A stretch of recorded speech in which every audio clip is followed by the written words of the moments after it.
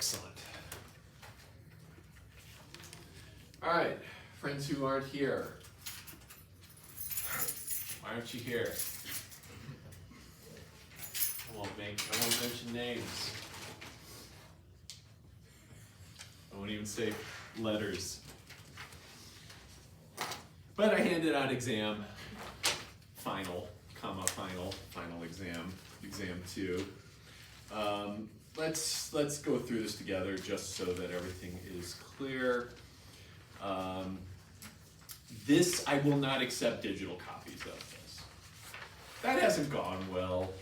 And it's just like, I don't want to, yeah, it just, please just make a nice copy together, like pack it, you know, like get a staple, somebody will get you a staple. There's like a bunch of people around in this world who have staplers. Get a stapler, staple your shit together. Last day for in-person council will be next Wednesday, December 9th. I will have, like I said, I'll be here for a significant amount of time through the day. You can also reach out to me if you can't make any of the times that I'm here. We'll make it happen. I am available for Zoom or email on the 10th, that's Tuesday. But do not, that's the last day I will ask. Monday's the last day to really ask big questions like, my code won't run. What does this mean? That kind of stuff, like what is quadrature? Don't ask me that question on Tuesday. You can ask that question on Monday. I'll still raise eyebrows and probably feel curdling in my stomach. But you can ask those questions on Monday. But then, yeah, Tuesday is like cleanup questions. Like, this is weird, this answer I'm getting. Like Eva asked me a question on last homework assignment, like, why the precision on this is so high, the precision's not changing. And that's a great question. That's like a nice small question. Like, she put in a lot of work, results were concerning. So, you know, making sure everything's okay. Yeah, so now I'm into the Gopher King apparently, and I will send your name to the Gopher King. Should you violate any of these things I've asked you not to violate. Please complete the following problems and staple the results into a nice packet. 90% grade content, quality, correctness, 10% for overall presentation. So there's a final note right above the picture of the gopher. I like spent more time trying to get this gopher shit together than anything, I think, over the last week. If I put comments on your work in the past like, what? Or what is this? Or write more? Or please explain? Now's your chance to dazzle me with that shit. Because I remember. And I hope you remember. So make this the greatest thing you've ever given me. Include a narrative, please, all details. Please include the problem statements, not the whole problem statements, because they're pretty verbose, you know, they're a lot, but like, what is this? This is a differential equation representing a mass spring system. Here's the equation, cool, thank you. Not just some equation floating in space. So everything should be framed. Please, all answers rounded to 5 digits of decimal precision. So 5 digits to the right of the decimal point, everything, no matter what. I think I maybe say that a few other times in here, but if there's any question, that's what I want. If you create a graph by hand, make it pretty precise. Sometimes people cut and paste those onto their paper. You could also do a Word document and just insert stuff into that, because you're gonna get like JPEGs and PNGs produced by the code. You can cut and paste those in. If you know LaTeX, your life is probably a lot easier if you want a really beautiful product, but you know, not required. Yeah, let's see. So I think that's about it on my quality stuff. First problem, I gave you an improper integral. And you will need to first, so notice I've also told you what is by hand and what's by Python, to make that very clear so there's no, like guidance, right? What does he want me to do here? I want you to do it by hand. So the first one there is you need to do a change of variables. And we can talk about that. I'd like you to try it first, but I'm happy to talk about that as much as you need. I give you the change of variables you need. So then you'll convert this into an integral from 0 to 1. Then you're going to have to take the Gaussian integration points, the 4, you get them from a table, get them from the formula. I think the formula probably is just as easy, the cosine of whatever. And convert those to 0 to 1. So when I say affine transformation, you know, you've got your Gaussian nodes, your Gaussian integration points are going to be in here, and you're going to do some transformation that we've talked about a bajillion times to turn them into 4 nodes over here. And then that's part B, do that by hand. C, now perform the Gaussian quadrature. So just get the weights and the nodes you just transformed, plug them into the integrand. The integrand will be a little different. Right now it's this. Right now you've got this, but once you replace x with 1 over u, you're going to get a du integral, and this thing here will change, and you'll have some u stuff that manifests in there. And these won't come out to be 0 to 1 immediately. When you actually do the transformation, it'll be this. So you'll want to take the negative and flip those. And okay, so then that's it, get that answer. Then I'd like you to run the recursive trapezoid quadrature code to get 5 digits of precision. And that'll be your true answer. So use that code to get the true answer. You could verify that, you know, by any software you want. And then E, by hand, find the relative error. That's the easiest thing you have to do in the whole exam, pretty much. Number 2, 2, 3, and 4 Diffie-Q problems. Number 2, I can actually give you the precise solution for that. I think the solution in number 2 is y equals c. This is the general solution, e to the negative 2x minus 1/4 x minus 1/2 plus 1/2 x minus 1/4, something like that. I don't know. It's something like this. I'll get that to you. I'll make sure that that's correct.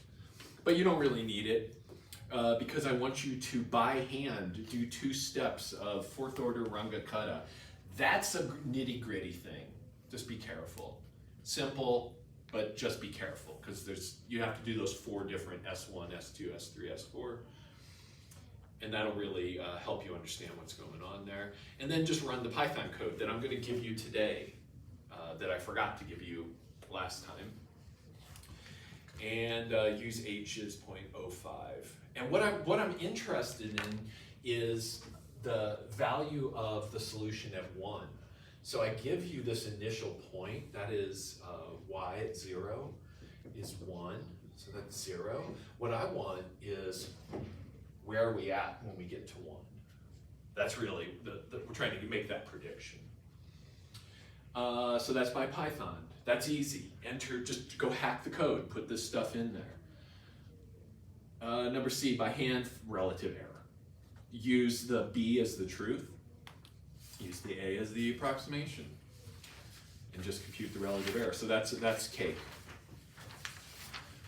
That problem's not too bad. There's not a lot to do there. Just slow tedium. C, and 3 and 4, this is probably going to be the hardest part, I think, in the exam. So I've given you a differential equation that actually represents a damped mass spring system. So I hope, and I think a lot of you got the chance to watch the lecture that I posted to kind of like warm up. I didn't get Gopher King from everybody, so I don't know. That's okay. You should watch that because I go through the basics of turning this into a system. I'm going to do one today, but go watch that so you see it again. And then Wednesday we'll probably talk about it again. We've got some initial conditions here. This is a mass spring system where the initial displacement is 3. So I've got this mass spring. Here's equilibrium where the mass would normally hang, but we're going to pull that down 3 units. I didn't even give units. Maybe I'll make up some units, or you can make up your own units. So I pull that 3 units down, and then not just release it, it gives it some initial velocity, and I shove it down. So this is x at 0 equals 3, and then I give it a downward velocity of 1 unit per second, or whatever. So pull it down, shove it down. What do we expect the behavior to be? And you will see that as you solve this thing. To solve this, though, you have to convert it to a first order system. Like I said, I've got an example I'll show you again today. And then I want you to run the runga kutta code.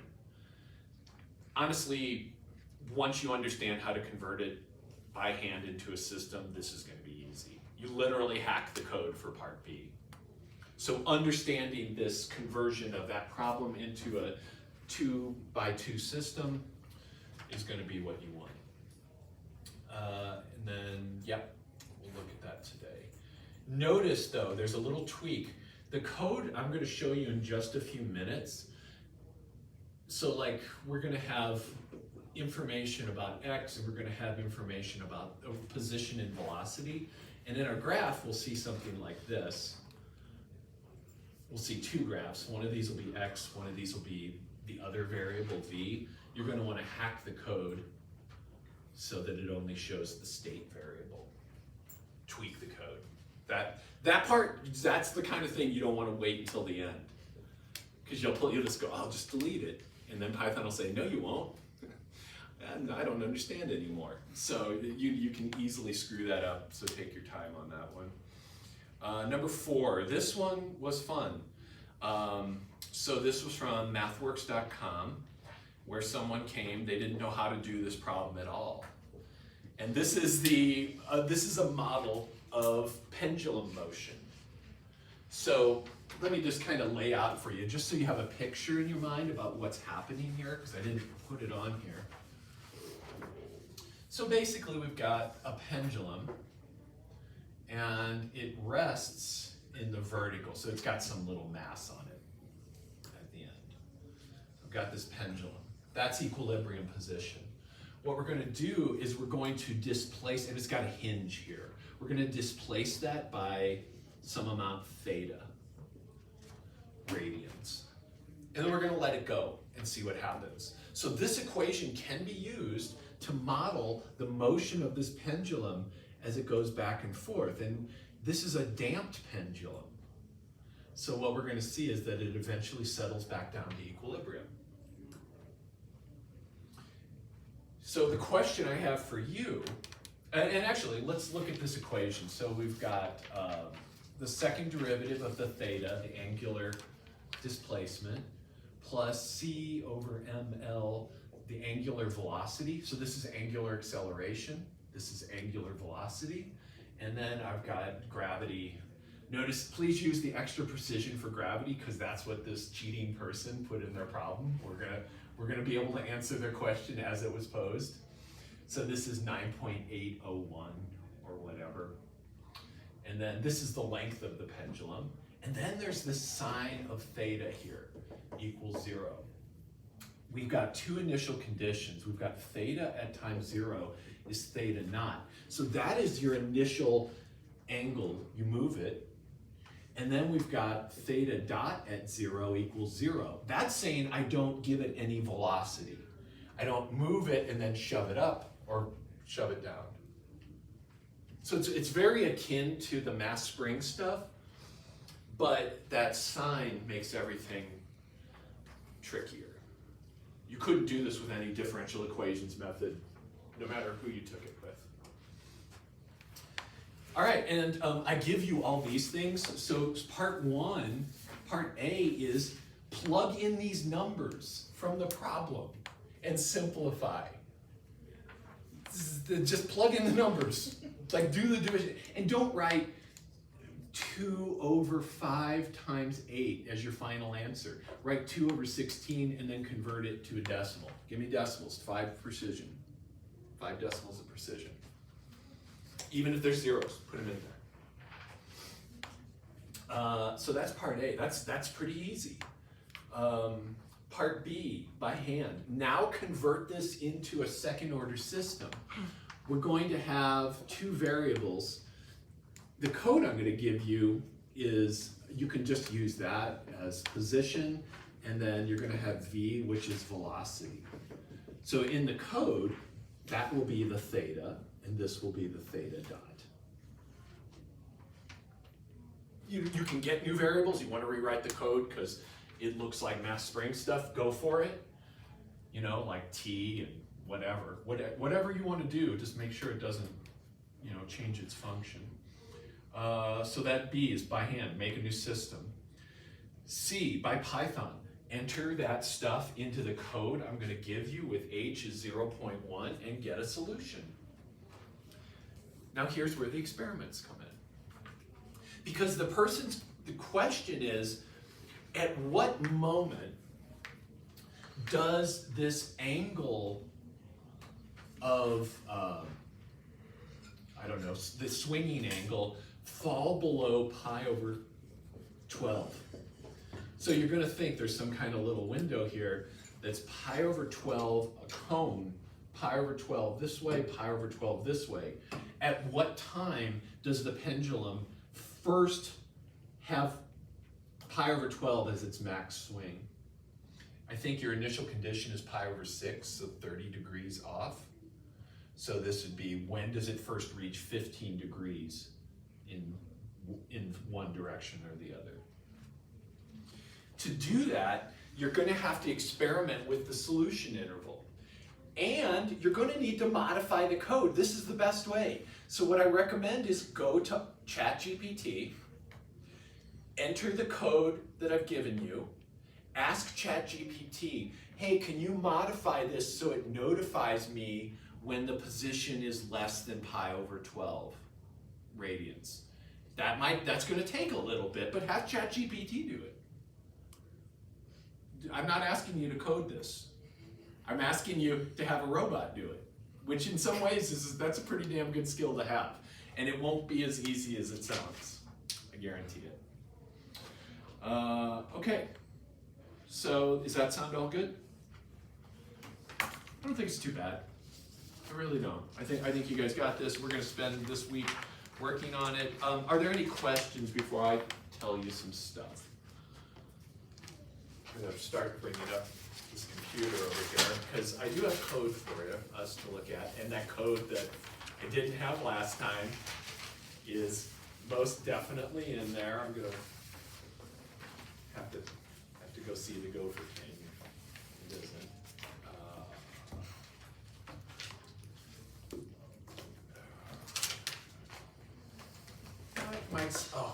Really? My password expired? I don't believe that for a second. Well, I'll just go to the other password. I better not remember the last two. It didn't match. Son of a gun. Hey, you might want to bring up your code. It's there's 2 pieces of code we want to look at.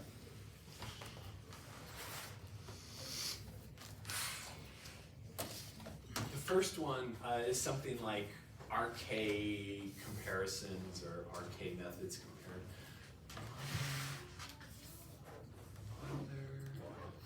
Something.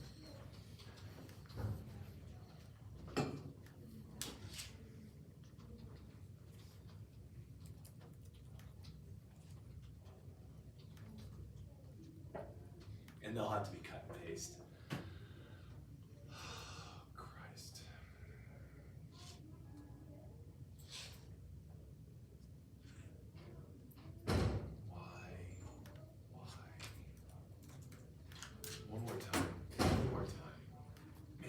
Outreaches.edu.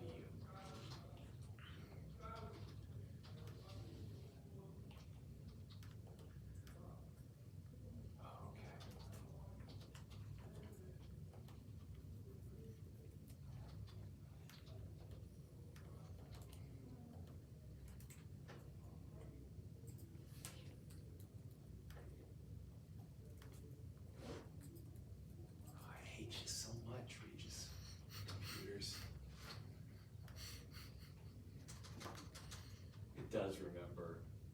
Can't use just 2 passwords, alternating.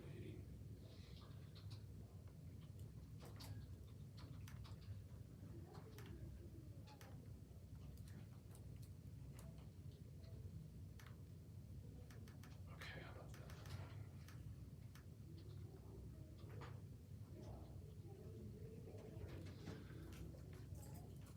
Oh, fuck you, okay. Could somebody log me in over here, please? Somebody just log me into this computer, thanks. I won't look, I'll log you out. Okay. I don't have anything interesting. My Regis account.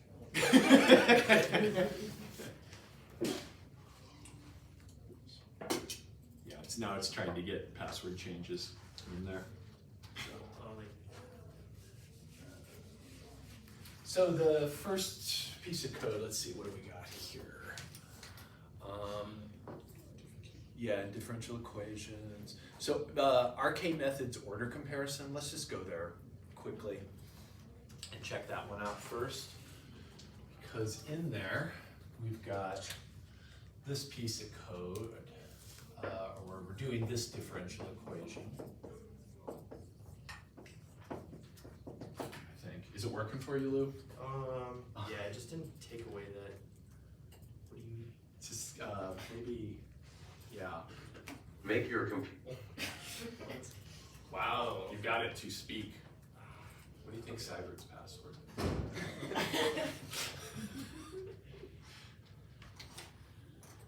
I bet it has go in it, or some go term. Yeah. Yeah. Go is cool. With zeros for the cool, yeah.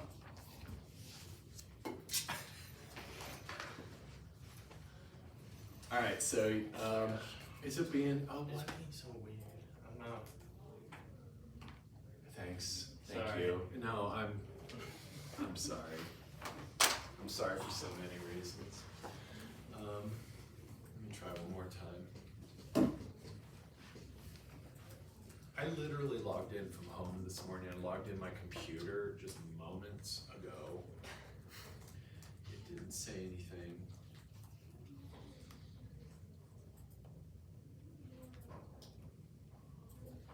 Okay, so we're just gonna do.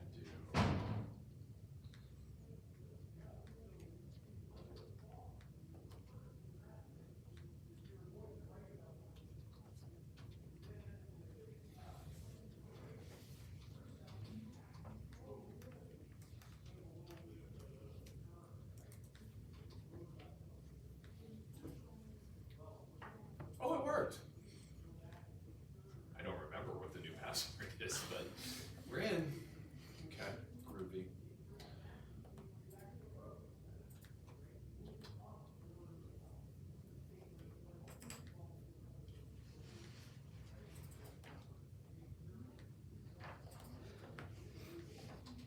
So, yeah, hopefully, is that code working? Is anybody having success with it? Cool. Awesome. Is that the differential equation I have in there? Would you please check that for me, please? Is that the IVP that I've got in there? Looks like Yeah, looks like it. Awesome. Very cool. go for king. Did you, what did you use to draw that, Josephine? Like what? I used the program Media Bang Paint Pro because it's free, and then Nice. That's it. Thank you. Yeah, no, that's laptop cool. Has a pen. That's awesome.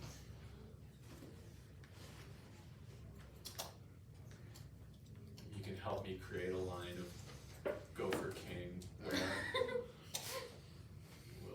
we won't need to work anymore. You're gonna do most of the work. Alright.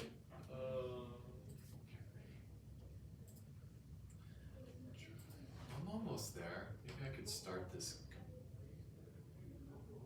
Luke, could you do me a favor, friend? Yeah. And just, so Christian, could you start that thing up there? Or Daniel, or literally anyone would be great. Just, thank you. Okay.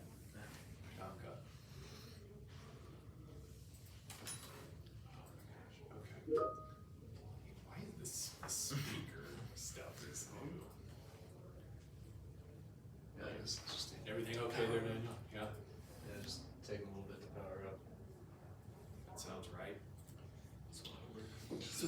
code you're going to want to use for problem 2. Yeah, problem 2. We'll use this code.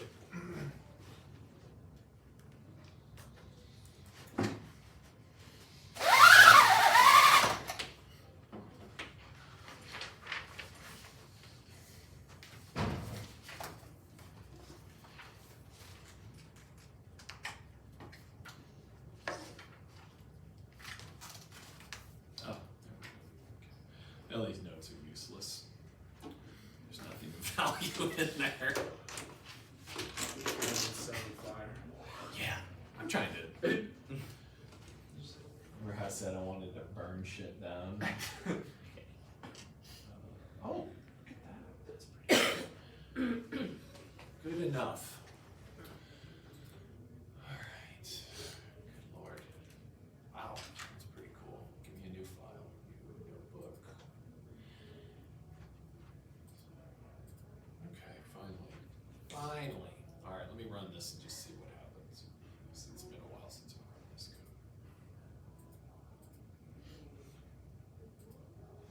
Cool. So lots of really neat things that can help you in this code for analysis and so forth. So there's a couple of things. First off, you can turn off and on this table display of the data. So this actually shows the steps of the runga kata.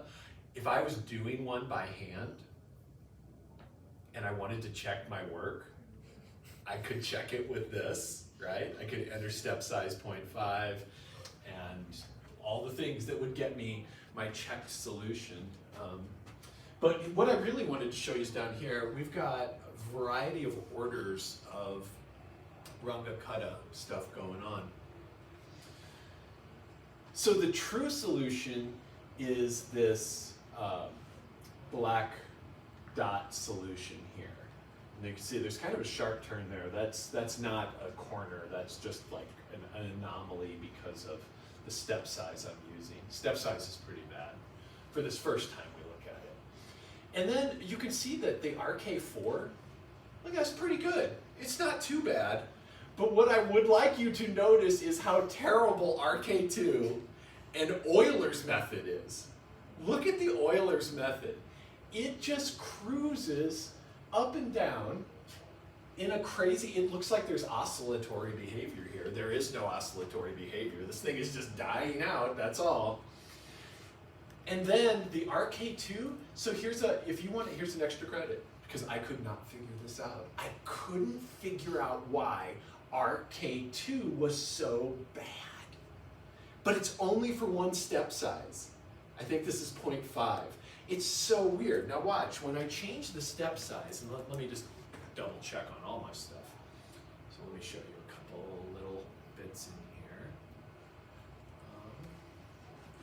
So up here is where you can turn off the D field, so those arrows that are behind everything, you can set those to true or false. Make sure you use a capital F for false. Let's turn this off, just to make things a little easier. So set the show table to false. So I have step size 0.5. Any other step size produces a much better result. So even if I went step size 0.4 and then reran this code, at least the stuff is dying out, right? The RK4 is dying out. You can see kind of what's happening. The RK4 is following this arrow and then it's taking a big step down and it's grabbing this slope down here, and that slope is super steep. And so these are just too big of leaps to hope for anything. The RK2 at least chills the hell out a little bit. It's kind of like, you know, it's more in tune with the truth. But we're not going to see anything really nice until we crank this step size down to something reasonable. That's an obscenely large step size. So let's put 0.1 in there. And run. And look at that. Now that's some diffy Q. That's some numerical methods. So the only thing that's really off is Euler's, but at least it's behaving somewhat appropriately. The other two methods are pretty much in line. But we still see, notice that the green pretty much is exact here. It's right on top of that exact solution, and the RK2 is close, but still not quite what we want. So that was the code I wanted to show you at the end of the hour last time. You will need that, like I said, for problem 2, and you get in here and hack it, and then cut and paste things as you see fit. You're gonna have to tweak a variety of things. Let's look at the other code, because this is new. And this is what I want to spend most of my time talking about today. So this is the second order equation and system solver code. And this just uses RK4. There's no point in producing, so you can imagine bad solutions pretty easily. Let's get here. Go, and let me run. Let's see. All right, that's good. That is killer. Okay, let me get this. So let's talk. There's some weird graphs showing up here. Let's make sense of this stuff. First off, looking through the code, I've got an arbitrary damped oscillator. So this is a damped mass spring system. Again, if you haven't watched the video where I derive the equation of motion for the mass spring system, please do that. Even if you've seen it a long time ago, see it again. Because this allows me to hand in the equations that I need in the parameters. This K is my spring constant. This M is the mass that's attached to the spring. Mu is the coefficient of friction here. And where this is coming from is this equation. I've got mass times, so just real quick, get our bearings. If this is my mass M attached to a spring, and it's hanging at equilibrium. So right there, this is x equals 0. Nothing is happening unless I introduce energy into this system. It's just going to stay at 0 for the whole time. So in other words, if the initial position is 0 and the initial velocity is 0, my solution will be 0 forevermore. It's at equilibrium. But if I take this thing and I displace it, like let's say I pull it down 3 units, and then I release it. Now there might be some friction. This thing could be running in a little vat of water.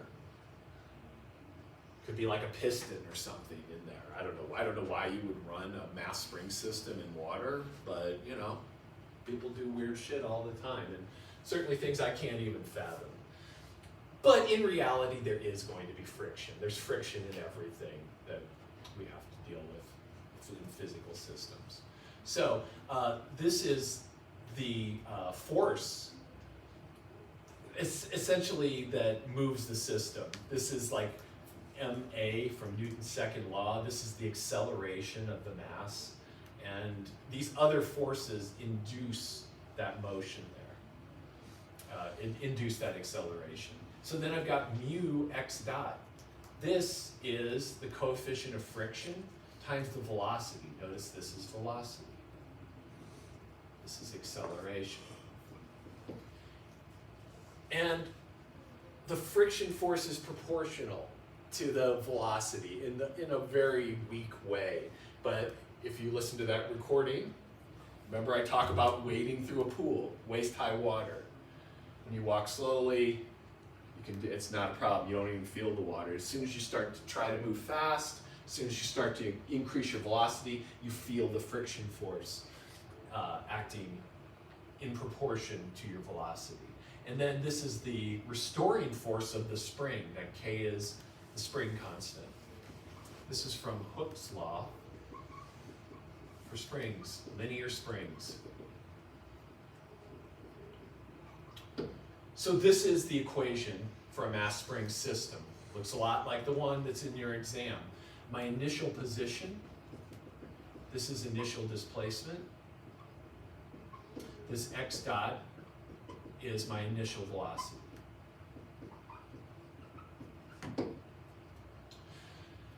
So that's what all this stuff comes from. If you just take this equation here, well actually, let's talk about how to get this here. So I'm gonna turn this off for a second. So I think it's actually gonna be better if I just talk about that before we look at the code.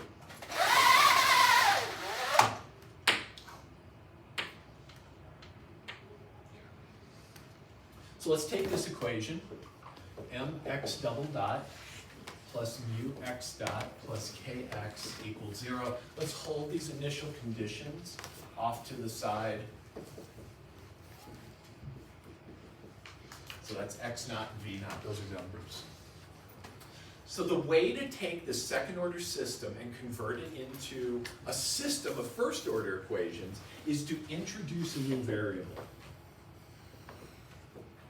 And since we have a physical system here, we're going to let velocity be that thing.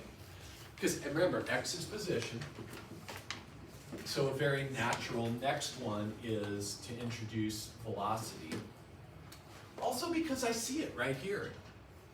Right? This says mass times acceleration plus mu times velocity plus k times position equals blah. Notice that this thing right here is a little note. This is the derivative of x dot. So that's d dt of the velocity. It's also d dt of v, if v is my velocity. Just making that note, I'm going to say it again. So let's take this equation here, and we're going to let v equal x dot. So that's my new, I'm just saying velocity is that thing. How can I use that to re-encode this system? Well, then v dot, that's derivative with respect to t, is x double dot. So right, that follows from there. Just take the derivative of both sides. So d dt of both sides. Does that make sense? Yeah. So now, look, I can re-encode this equation up here. This equation then becomes m times v dot, because that's x double dot, plus mu v, so that's v, plus kx equals 0. So now I've got this equation, which was my substitution, but now I've got a new equation, which is the original, but it looks totally different. So between these two now, I now understand the rate of change of x with respect to the state of the system. So we're going to have these state variables. xv equals the 2D state of the system. We're going to keep track of both these things. And when I do that, I've got a new differential equation that says that x dot, how that's changing, depends completely on v. And v dot, solve this equation for v dot. And what you're going to get is, let's just do a little work, mv dot equals negative mu v minus kx. Subtract that stuff from both sides, divide by m. Mass is positive. If we have a zero mass, nothing's going to happen.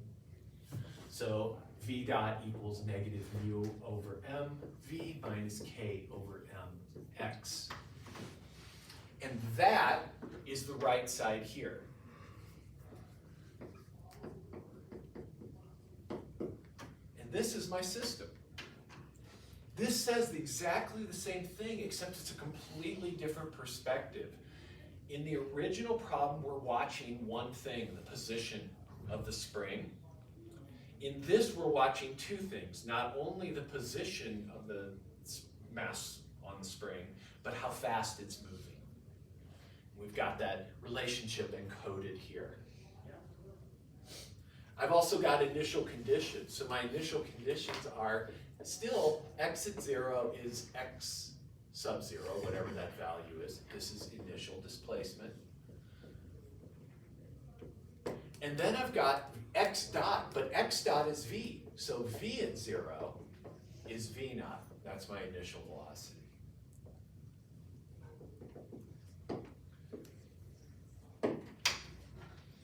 I've got 2 equations and 2 unknowns and 2 initial conditions. And this is what I'm going to encode into the program.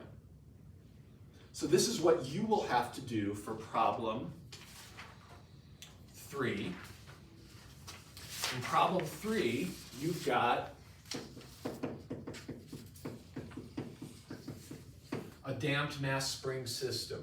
You could think of this as mass is 1. Mu is 1. K is 1. And what you would see here is this thing just dying out as time went, because anytime you've got damping, things will die out.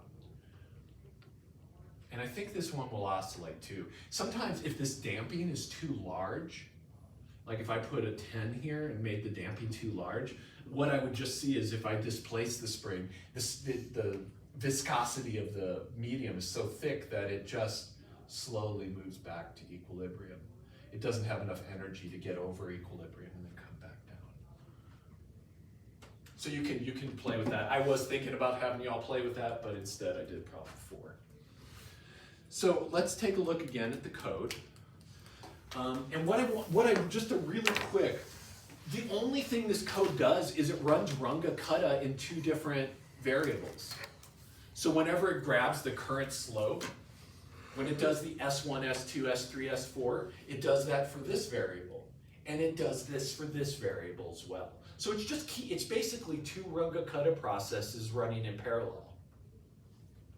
So we're just always getting, in this dimension, what is my new direction of travel? And then in this other direction, what is my new direction of travel? And I create a vector, that much this way, that much this way, and I head in the direction that I'm talking about, or that I just computed. So running back to this code,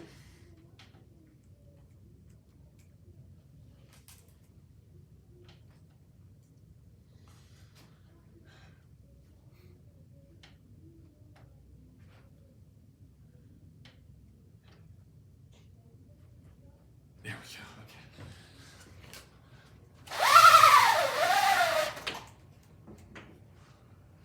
Running back to this code, let's look at what else I've got set up.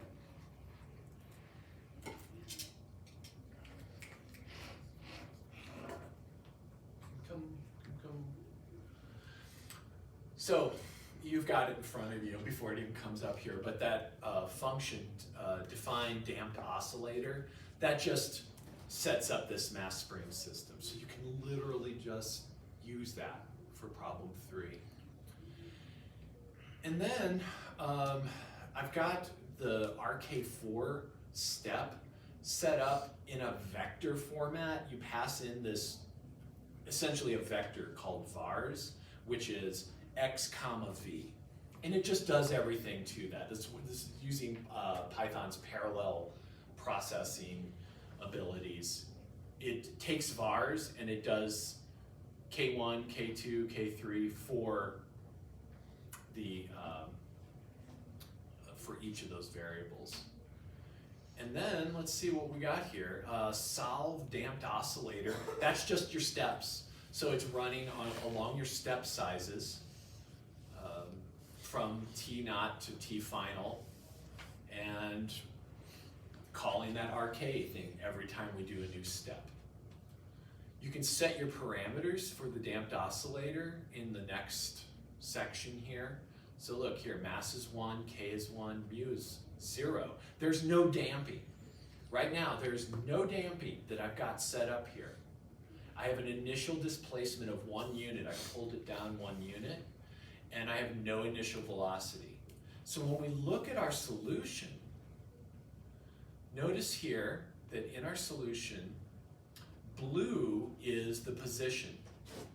And these graphs are a little misleading because they're upside down from the actual modeling that we're doing. This is equilibrium, this is displacement downward. So this, if you flip this thing, you can more easily visualize. It's just the way it works out. But this is displacement down, this is displacement up. So this is compression, extension. So we start off at 1 unit of extension. And if you looked at the tangent slope here, it would be 0 because there's no initial velocity. And then the spring moves up toward equilibrium, crosses equilibrium, compresses, compresses, compresses exactly the amount it extended because we're not losing any energy in this system. There's no damping. And then it just repeats over and over again. So it's going like this. And it never dies out. We have the velocity information as well. Notice how the velocity is 0 at its start. When does the velocity achieve maximum magnitude? Right as we cross equilibrium. So think about it. You've got this mass spring. You've pulled it down. It's not moving. There's no velocity. And as it starts to move, it accelerates. It's building up speed, and then it gets to equilibrium, but then the spring starts pushing down on it. And so it starts slowing down. And then it gets to max compression, and the spring starts shoving it down. 0 velocity, speeding up, speeding up, speeding up. Now the spring's pulling back, so it slows down. So this is just saying you reach that maximum velocity right as you cross equilibrium. I can't really do it with my hand. I don't have dance skills. And then, this is a beauty.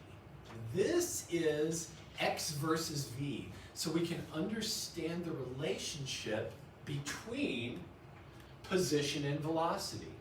So watch how this works. There's actually a little particle, and this is the particle in the xv plane, and it's moving this way. Yeah. So right here, this is x equals 1, v equals 0. This is your v-axis, this is your x-axis. And you can see the exchange between position and velocity. Right now I'm crossing equilibrium. This is x equals 0 right here. X equals 1, x equals 0, but max velocity. Actually, I think I'm moving down this way, aren't I? Because my velocity was negative at that point. Anyway, I'm spinning around this thing forever and ever, never losing energy, exchanging velocity for position. So let's tweak this thing. Let's add a damping, and let's not add the damping that's in your problem. I don't know if you noticed, but you have to tweak one value to do that problem. We're not going to tweak it that way. So I'm going to make mu 2. That actually 1.5. I think 2 might be too much. I think if we do 2, we're not going to get any oscillation. So I'm going to add some mu of, I'll just do 0.5. Half a unit of damping. And let's run. And look what we see. Now we see the mass spring dying out. See the energy being lost as we move to the right. What do you think, what will the circle look like? Spiraling down because we're losing energy. So when we look at, and we'll actually be able to see the direction of rotation here. Look at that beauty. Isn't that cool? Isn't that pretty? So you just see that everything is dying out in this phase. This is called the phase diagram, just showing x and v, and t is hidden in the motion of this particle. Let's tweak it a little bit more. Let's see, what does it take? I think a damping of 2 will stop all vibrations. And let's just see if I'm right. 2.0. And, yep.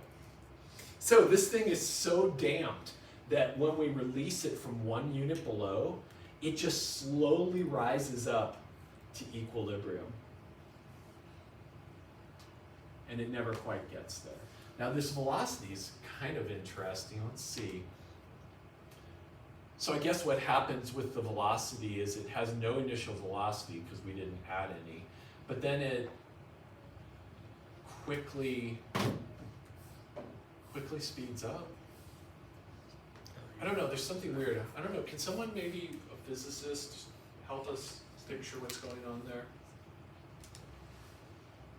Why is there that bump in the velocity? Well, it can't just be like 0 velocity all the time because you're extending it, so it has to like travel back up. Yeah. It seems like it kind of speeds up, right? Like it goes fast and then it decelerates. Are you giving it force or are you just using gravity? No, just using gravity.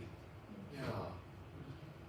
So I think I'm a little confused in my mind about why there's that bump there.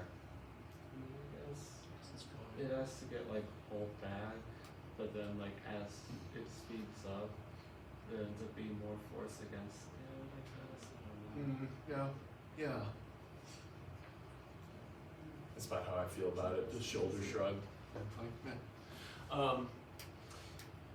So that's that. And ooh, there's the phase plot. That must be moving this way. So this is xv.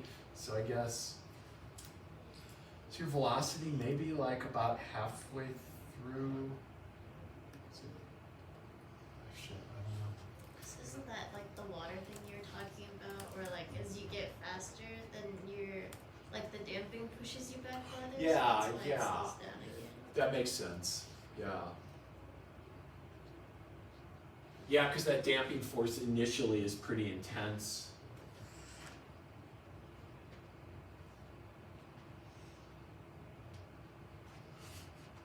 Turn that off.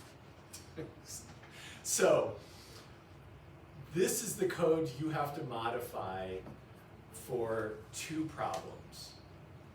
Now, you're going to need to modify it for problem 4, and I think that's going to be a little challenging because notice in here there's no sign. There's no sign in here. You're going to have to figure out how to interject that sign function in here. And when you do that, you're going to, oh, actually I'm going to show you one cool thing that's kind of like this, but not exactly. You're going to want to use the numpy sign function, and that's np.sign.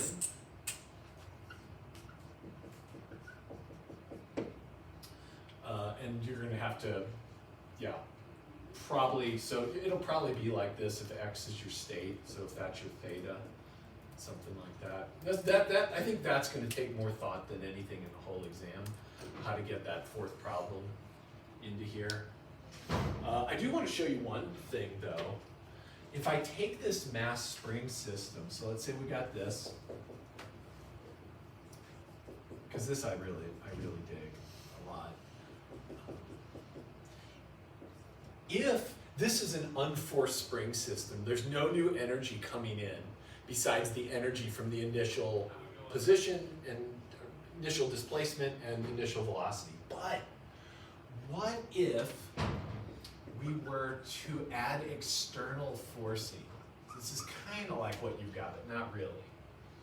So I've got this external force. This is very akin to when you have a string on a musical instrument and it's got some natural frequency. It's got this, like, everything has this inherent frequency to it. And sometimes you feel it when you hear a low bass tone, somebody's like got some subwoofers next to you and you feel your body like resonate, you know? Or sometimes a note just hits the right thing and it like almost makes your head explode. But, and you've seen the thing where someone can make a note that breaks a glass, whether or not that's real. So that glass has this native frequency, and then when you force it at its native frequency, its inherent frequency, energy starts to build, and then it builds so much that the glass comes apart. The thing with a string is if you had a string like an E string, and then you had a tuning fork and you went, you brought the tuning fork near it, the string itself would start to vibrate just from the energy that is resonating with it perfectly and the way that it wants to resonate. So let's actually force this spring. And the way to do that is to come into this equation right here. This is a hint as to what you will need to do. It's not exactly this, but it's very similar. And I'm going to force this thing, so I'm going to add a sine function.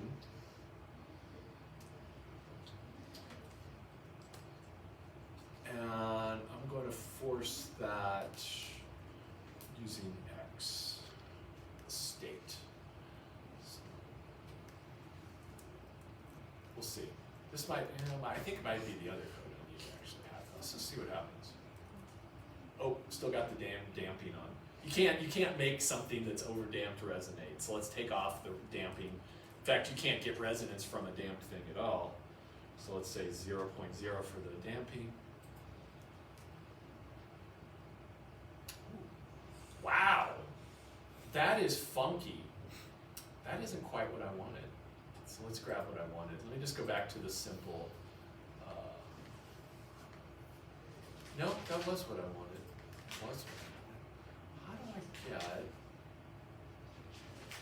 How do I get resonance in here? Because I did this at home. No, I'm not quite sure.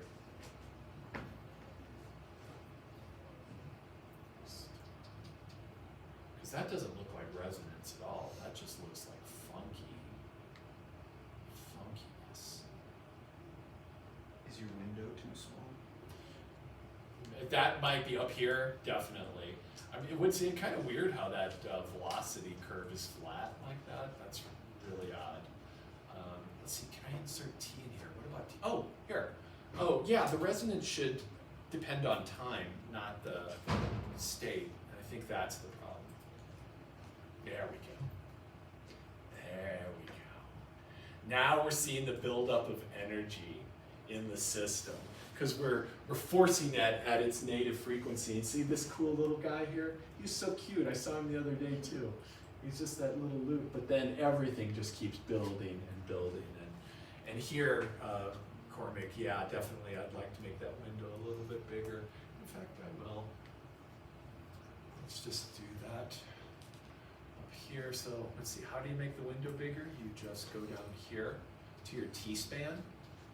So let's do it to, I don't know, 50, see what happens. Yeah, that's cool. So pretty. Yeah, that's about all I got for you. So you're gonna have fun, right? We're gonna have fun. Yeah, we're gonna have fun. And if you want, we could just call it a day. Nobody's going to want to start on this right now. If you want to, I'll be here for 10 more minutes. Otherwise, I'll see you on Wednesday. Come here, work, please. Especially if your name starts with L or T.